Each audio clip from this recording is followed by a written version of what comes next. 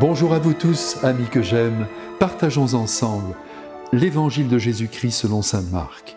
En ce temps-là, un lépreux vint auprès de Jésus, il le supplia et tombant à ses genoux lui dit « Si tu le veux, tu peux me purifier ». Saisi de compassion, Jésus étendit la main, le toucha et lui dit « Je le veux, sois purifié ». À l'instant même, la lèpre le quitta et il fut purifié. Avec fermeté, Jésus le renvoya aussitôt en lui disant « Attention, ne dis rien à personne, mais va te montrer au prêtre et donne pour ta purification ce que Moïse a prescrit dans la loi. Cela sera pour les gens un témoignage. » Une fois parti, cet homme se mit à proclamer et à répandre la nouvelle, de sorte que Jésus ne pouvait plus entrer ouvertement dans une ville, mais restait à l'écart dans des endroits déserts. De partout cependant, on venait vers lui. Mes frères bien-aimés, je voudrais que vous mesuriez avec moi combien le destin du Christ se joue sur la terre dans un balancement perpétuel entre l'emballement des foules, à commencer par les populations les plus pauvres, et le rejet qui sans cesse le guette. Aujourd'hui, il est sur une route inconnue, accompagné de ses apôtres, et il avance dans la réalisation de sa mission messianique qui consiste essentiellement, je le redis, je le rappelle, à manifester l'amour de son Père pour l'humanité, de manière à ce que celle-ci épouse la sagesse qui désormais se trouve inscrite dans le Saint-Évangile. Et cette mission, il l'accomplira avec la parole, car il ne cesse de parler, d'enseigner dans les synagogues, sur les places publiques et sur les bords du lac de Tibériade. D'ailleurs, il aime beaucoup cet endroit qui doit certainement l'inspirer grandement. Et puis, c'est justement au cours d'une de ces promenades qu'il rencontre un lépreux. Ce lépreux qui ose l'approcher, car vous savez que les lépreux n'étaient pas autorisés à rentrer en contact avec leurs coreligionnaires en raison d'une contamination possible, si bien qu'à leur malheur s'ajoutait l'exclusion et l'interdiction formelle de mener la vie de tous.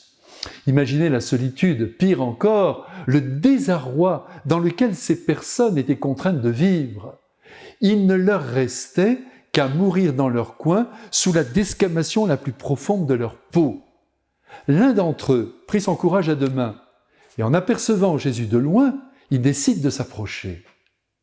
Sans doute il a entendu parler de lui et de tout le bien qu'il répand partout autour de lui, des guérisons, des exorcismes, des miracles, des prodiges en grand nombre, si bien que, en effet, il n'hésite pas à se pointer devant lui et avec une délicatesse infinie, il lui demande humblement de le sauver du mal apparemment irrémédiable qui le ronge. « Si tu le veux, dit-il, tu peux me purifier. » Autrement dit, je m'en remets à toi et je veux ce que tu veux.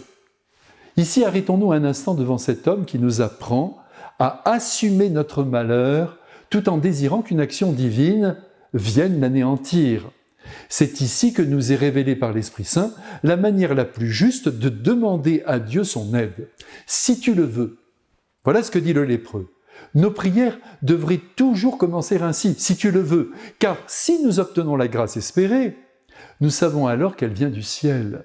Et si nous n'obtenons pas ce que nous avons osé demander, c'est l'assurance qu'il y a derrière cet apparent silence une raison qui nous échappe complètement et qu'il nous faut assumer.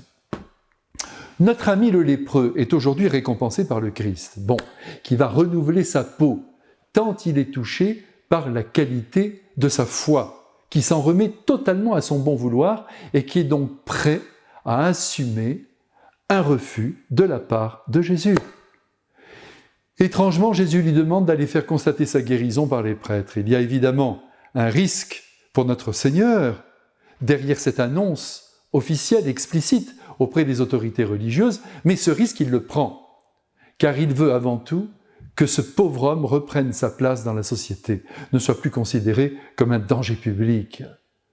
Se risquer, s'exposer pour le bien d'autrui, ne pas calculer les risques avant d'agir, ce sont des attitudes hautement évangéliques qu'il convient d'honorer. Hélas, je le dis maintenant sans détour, peu nombreux sont les hommes qui marchent dans cette voie. Mais bienheureux sont-ils aux yeux de Dieu. Je prie pour que vous et moi, Nous faisions toujours partie du nombre des courageux. Il n'y a rien de pire que de protéger sa petite personne parce qu'un danger se lève à l'horizon. Être vrai, oui, être vrai jusqu'au bout, quoi qu'il en coûte, faire le maximum de bien, que cela plaise ou non, que cela dérange ou pas, voilà le chemin par lequel nous ne serons plus des lépreux aux yeux de Dieu. Qu'il vous bénisse maintenant, celui qui renouvelle nos cœurs et qui les rend beaux. Amen.